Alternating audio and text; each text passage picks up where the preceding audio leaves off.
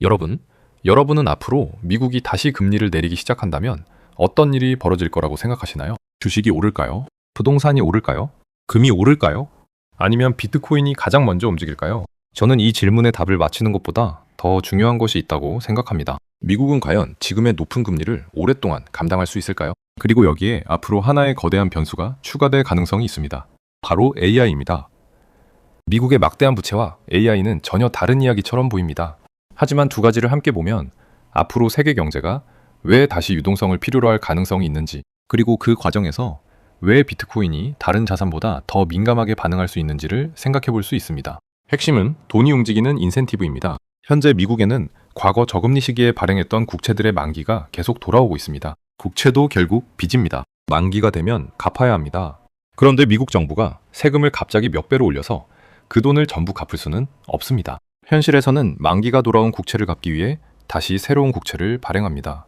쉽게 말해 새로운 빚으로 기존 빚을 갚는 것입니다. 이것을 롤오버라고 합니다. 문제는 금리입니다. 과거에는 매우 낮은 금리로 돈을 빌릴 수 있었습니다. 그런데 그 빚의 만기가 돌아와 훨씬 높은 금리의 국채로 차환하게 되면 같은 돈을 빌려도 내야 하는 이자가 훨씬 많아집니다. 그리고 이런 과정이 반복될수록 정부의 이자 부담은 점점 커집니다. 물론 미국이 당장 금리를 내려야 한다는 뜻은 아닙니다. 인플레이션이 다시 높아지면 금리를 높은 수준으로 유지해야 할 수도 있고 상황에 따라서는 다시 올려야 할 수도 있습니다. 하지만 시간을 길게 놓고 보면 한 가지 분명한 인센티브가 생깁니다. 부채가 많은 경제에서는 높은 금리를 유지하는 비용도 점점 커진다는 것입니다. 기업도 마찬가지입니다. 기업은 공장을 짓고 데이터 센터를 만들고 새로운 기술을 개발하고 사업을 확장하기 위해 계속 돈을 필요로 합니다. 그런데 자금 조달 비용이 너무 높으면 수익성이 떨어지는 투자는 포기하게 됩니다. 새로운 사업을 미루고 고용과 설비 투자를 줄일 수도 있습니다. 그래서 정부든 기업이든 비싼 돈을 영원히 사용하고 싶은 인센티브는 없습니다. 그렇다면 언젠가 어떤 이유에서든 금리가 내려가기 시작한다고 가정해 보겠습니다. 경기가 둔화될 수도 있고 물가가 안정될 수도 있고 고용이 악화될 수도 있습니다. 정확한 시기는 아무도 알 수 없습니다. 중요한 것은 금리 인하의 날짜가 아니라 금리가 내려갈 때 자금의 인센티브가 어떻게 바뀌느냐입니다. 사람들이 채권을 사는 중요한 이유 가운데 하나는 안정성과 이자입니다. 그런데 이자가 낮아지면 채권의 매력이 완전히 사라지지는 않더라도 다른 자산을 찾아볼 이유는 커집니다. 돈은 더 좋은 수익과 조건을 찾아 움직입니다. 물론 그 돈이 전부 비트코인으로 가는 것은 아닙니다. 어떤 사람은 주식을 사고, 어떤 사람은 부동산을 사고, 어떤 사람은 금을 살 것입니다. 그리고 그중 일부가 비트코인으로 이동할 수 있습니다. 중요한 것은 인센티브가 바뀌면 돈의 흐름도 바뀐다는 것입니다. 그런데 비트코인에는 다른 자산과 다른 특징이 있습니다. 바로 공급입니다. 자산 가격은 결국 수요와 공급의 영향을 받습니다. 금 가격이 크게 오르면 채굴 수익성이 높아지고 새로운 광산 개발에 인센티브가 커집니다. 유가가 오르면 석유 생산을 늘리려는 유인이 생깁니다.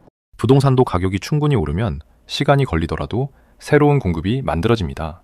그런데 비트코인은 다릅니다. 가격이 10만 달러가 되든 20만 달러가 되든 100만 달러가 되든 가격이 올랐다는 이유로 더 많은 비트코인이 발행되지는 않습니다. 오히려 약 4년마다 반감기를 거치며 신규 발행량은 절반으로 줄어듭니다. 수요는 급격하게 늘어날 수 있지만 공급은 그 수요에 맞춰 늘어나지 못합니다. 저는 이것이 유동성이 확대되는 국면에서 비트코인이 주목받는 중요한 이유라고 생각합니다. 더구나 과거와 지금은 상황이 다릅니다. 예전에는 비트코인을 사고 싶어도 통로가 많지 않았습니다. 거래소 계좌를 만들어야 했고 직접 보관해야 했으며 기관 투자자 입장에서는 규제와 회계 문제도 컸습니다. 지금은 현물 ETF가 있고 비트코인을 보유하는 상장 기업이 있으며 기존 금융 시스템 안에서 투자할 수 있는 통로도 훨씬 넓어졌습니다. 즉, 돈이 들어올 수 있는 문은 넓어졌는데 공급 규칙은 그대로입니다. 이 조합이 중요합니다. 유동성이 늘어날 때 모든 자산이 똑같이 움직일 필요는 없습니다. 수요 증가에 공급이 반응할 수 있는 자산과 그렇지 않은 자산은 가격 움직임이 다를 수 있습니다. 그리고 비트코인의 가격이 움직이기 시작하면 관심도 따라옵니다. 가격이 오르면 뉴스가 늘고 뉴스가 늘면 새로운 투자자가 들어옵니다. 새로운 수요는 다시 가격을 움직입니다. 물론 이 구조는 하락할 때도 반대로 작동합니다. 그래서 비트코인의 변동성이 큰 것입니다. 하지만 유동성이 증가하는 환경에서는 고정된 공급 구조가 강력한 특징이 될 수 있습니다. 여기에 앞으로 또 하나의 변수가 있습니다. 바로 AI입니다. 사람들은 AI를 이야기할 때 대부분 생산성을 이야기합니다. AI가 생산성을 높이고 기업의 비용을 줄이고 경제를 성장시킬 것이라고 봅니다. 틀린 이야기는 아닙니다. 실제로 AI는 엄청난 생산성 혁명을 가져올 가능성이 있습니다. 하지만 우리가 함께 봐야 할 문제가 있습니다. 예를 들어 어떤 빵 공장이 있다고 하겠습니다. 몰래 직원 100명이 하루에 빵 100개를 만들었습니다. 그런데 AI와 자동화가 도입되면서 직원 60명으로 하루에 빵 200개를 만들 수 있게 됐습니다. 생산성만 보면 엄청난 발전입니다. 하지만 여기서 질문이 생깁니다. 그 빵을 누가 살까요? 경제 전체에서 비슷한 일이 벌어져 사람들의 일자리가 줄고 소득이 감소한다면 생산량은 늘어도 구매력은 약해질 수 있습니다. 빵을 아무리 효율적으로 만들어도 팔리지 않으면 기업은 계속 생산하지 않습니다. 기업의 목적은 생산 자체가 아니라 판매와 이익이기 때문입니다. 그래서 AI는 우선 공급 측면의 혁명이라고 볼 수 있습니다. 같은 사람으로 더 많은 것을 만들 수 있게 해줍니다. 공장뿐만 아니라 개발, 디자인, 법률, 회계, 금융, 마케팅, 사무직까지 같은 방향으로 움직일 가능성이 있습니다. 우리 사회의 생산 능력은 빠르게 커질 수 있습니다. 하지만 경제는 공급만으로 돌아가지 않습니다. 생산한 것을 누군가는 소비해야 합니다.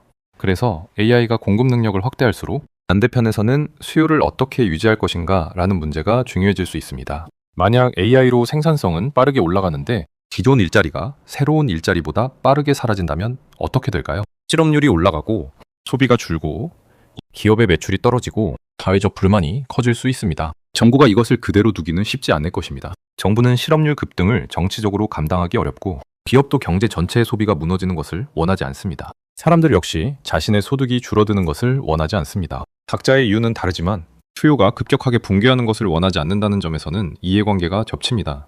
이런 문제는 새로운 것이 아닙니다. 산업혁명 때도 기계가 노동을 대체했습니다. 기존 일자리가 먼저 사라지고 새로운 산업이 나중에 등장했습니다. 결국 자동차, 철도, 전기, 화학 같은 산업이 엄청난 일자리를 만들었지만 그 전환은 하루아침에 이루어지지 않았습니다. 기계 때문에 오늘 일자리를 잃은 노동자가 내일 바로 새로운 산업의 숙련 노동자가 되는 것은 아니었습니다. 새로운 기술이 일자리를 없애는 속도와 새로운 산업이 일자리를 만드는 속도에는 차이가 생길 수 있습니다. 산업혁명 당시 러다이트 운동 같은 사회적 충돌이 나타난 이유도 여기에 있습니다. 기술이 잘못된 것이 아니라 문제는 전환의 속도였습니다. AI에서도 같은 질문을 해야 합니다. AI가 새로운 일자리를 만들 것이냐보다 새로운 일자리가 생기는 속도가 기존 일자리가 사라지는 속도를 따라갈 수 있느냐가 더 중요합니다. 만약 그 사이에 큰 시차가 생긴다면 정부가 개입할 인센티브는 커질 수 있습니다. 노동시간을 조정할 수도 있고 재정 지출이나 복지를 확대할 수도 있으며 경기와 물가 상황이 허락한다면 통화정책을 완화할 수도 있습니다. 방법은 상황마다 달라질 수 있습니다. 하지만 방향은 비슷합니다. 정부는 경제가 멈추는 것을 원하지 않고 기업은 물건이 안 팔리는 것을 원하지 않으며 사람들은 소득이 사라지는 것을 원하지 않습니다. 따라서 생산성이 폭발적으로 증가하는 반면 수요가 따라오지 못하는 문제가 발생한다면 경제를 떠받치기 위한 정책적 압력도 커질 가능성이 있습니다. 그리고 현대의 법정화폐 시스템에서 그 수단 가운데 하나가 재정정책과 통화정책을 통한 유동성입니다. 여기서 미국의 부채와 AI가 하나로 연결됩니다. 기존의 저금리 부채가 높은 금리의 부채로 계속 차환될수록 고금리를 유지하는 비용은 커집니다. 동시에 AI가 노동시장에 큰 전환 충격을 만든다면 정부는 고용과 소비를 방어해야 하는 압력을 받을 수 있습니다. 서로 다른 두 문제가 결국 비슷한 방향의 인센티브를 만들 수 있다는 것입니다. 돈의 가격을 너무 비싸게 유지하기 어려운 환경, 그리고 경제의 수요를 유지하기 위해 유동성이 필요한 환경입니다. 물론 이것이 곧바로 대규모 돈풀기로 이어진다는 뜻은 아닙니다. 언제 금리가 내려갈지, 유동성이 언제 증가할지, AI가 고용시장에 어느 정도 충격을 줄지는 아무도 정확히 알 수 없습니다. 그래서 매크로에서 중요한 것은 날짜를 맞히는 것이 아니라 구조를 보는 것이라고 생각합니다. 정부는 무엇을 원하는가? 기업은 무엇을 원하는가? 투자자는 무엇을 원하는가? 소비자는 무엇을 원하는가? 그리고 그 인센티브가 바뀔 때 돈은 어디로 움직일 것인가? 만약 앞으로 어느 시점에 금리가 내려가고 돈의 가격이 낮아지고 시장의 유동성이 다시 증가한다면 자금은 여러 자산으로 이동할 것입니다. 주식도 갈 것이고 부동산도 갈 것이며 금과 채권 시장에서도 큰 이동이 나타날 수 있습니다. 그리고 일부 자금은 비트코인으로 들어올 것입니다. 그때 중요한 질문은 비트코인으로 얼마나 많은 돈이 들어오느냐만이 아닙니다. 들어오는 돈에 비해 시장에 나오는 비트코인이 얼마나 적으냐입니다. 수요는 움직입니다. 하지만 비트코인의 공급 규칙은 움직이지 않습니다. 만약 수요와 공급 사이에 불균형이 커진다면 가격은 생각보다 빠르게 반응할 수 있습니다. 물론 결과는 얼마든지 다르게 나올 수 있습니다. 인플레이션이 다시 강해질 수도 있고 금리가 예상보다 오래 높은 수준에 머물 수도 있으며 AI가 예상보다 빠르게 새로운 일자리를 만들어낼 수도 있습니다. 비트코인 역시 큰 폭으로 하락할 수 있습니다. 그래서 제가 중요하게 보는 것은 가격보다 인센티브입니다. 뉴스보다 구조를 보고 결과보다 원인을 먼저 보는 것입니다. 가격도 바뀌고 뉴스도 바뀌고 금리 전망도 계속 바뀝니다. 하지만 인간의 행동을 움직이는 인센티브는 쉽게 사라지지 않습니다. 정부는 자신의 비용을 줄이려 하고 기업은 이익을 늘리려 하며 사람들은 자신의 소득과 자산을 지키려 합니다. 그리고 돈은 더 유리한 곳을 찾아 움직입니다. 그래서 앞으로 비트코인을 볼 때 제가 중요하게 보는 질문은 이것입니다. 세상의 돈을 움직이는 인센티브는 어느 방향으로 변하고 있는가? 그리고 그 돈이 다시 움직이기 시작했을 때 수요가 늘어나도 공급을 늘릴 수 없는 자산에서는 어떤 일이 벌어질 것인가? 저는 그것이 앞으로 비트코인을 바라볼 때 우리가 지켜봐야 할 중요한 질문이라고 생각합니다. 시청해주셔서 감사합니다.